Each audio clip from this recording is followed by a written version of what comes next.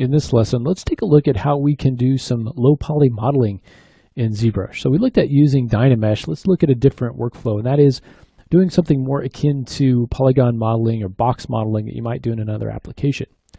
Let's use a sort of pocket watch as an example. So let's bring in a sphere. Let's draw this out onto the canvas and go to Edit.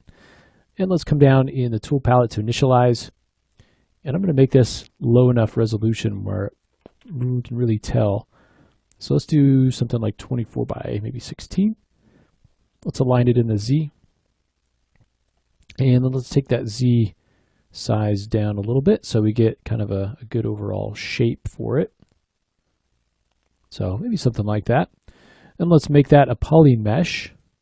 I'm going to turn on the basic material and then turn on our poly frame.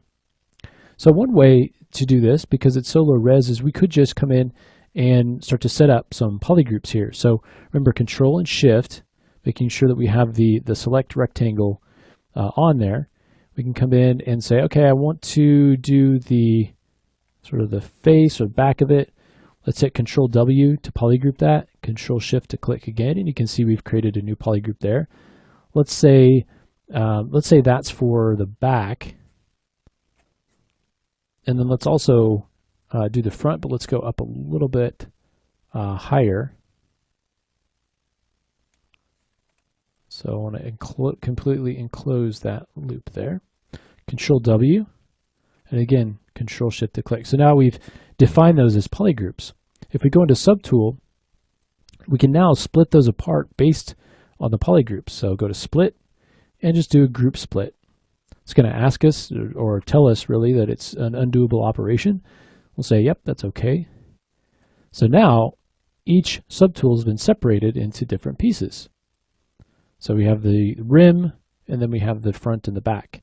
We can rename these different pieces. So this is going to be the back cover. So we'll go to rename, and we'll just call this back cover. And then this one we will call the front cover.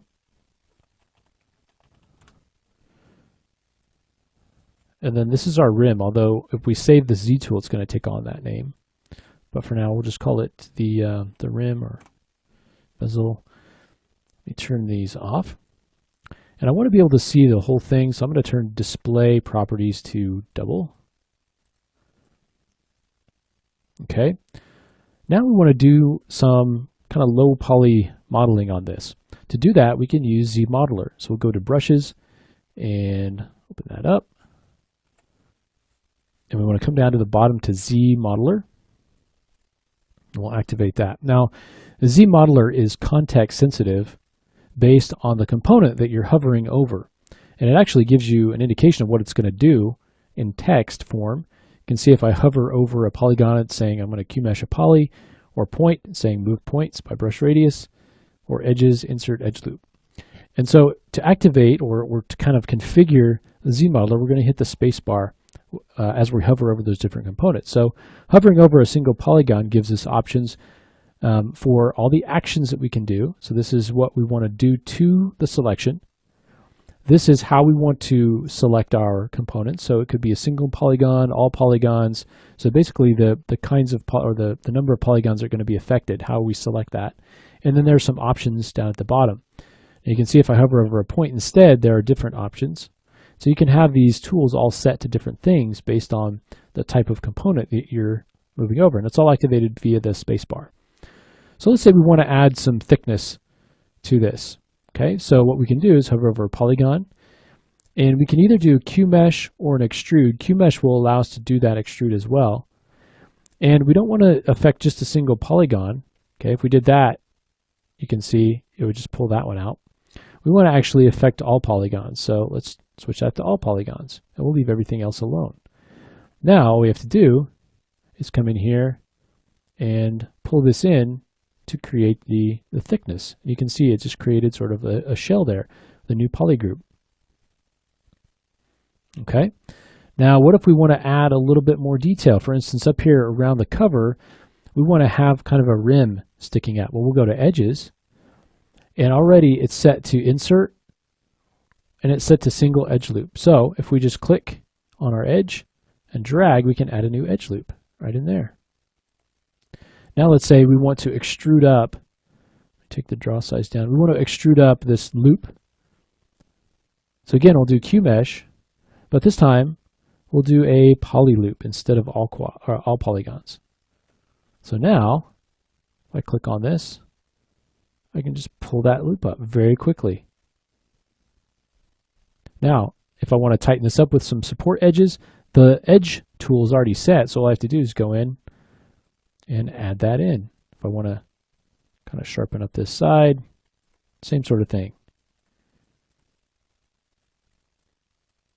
Okay, if I want to add kind of a rim around the top, we can do that as well. So I want to actually just pull that out, just like that. And again, I want it to be a little bit sharper, so I'll add a support edge over here, and one over here. And this back cover kind of is a little bit smaller opening than the front, but when we subdivide it, we still want it to be kind of nice and sharp there. So I'll add another edge loop right in here, just like you were modeling in another application. You can see how quickly we did that. We can also combine that with our dynamic subdivision. So if we turn that on, you can see we can really start to get something nice, and we can dial that smooth subdivision up. And see, that's what we get. We can always turn that back off and continue to model with our Z modeler. Okay, now let's go ahead in the next lesson and take a look at how we can start to use our Z modeler maybe with the characters. So we'll take a look at our character and how we can use it with that next.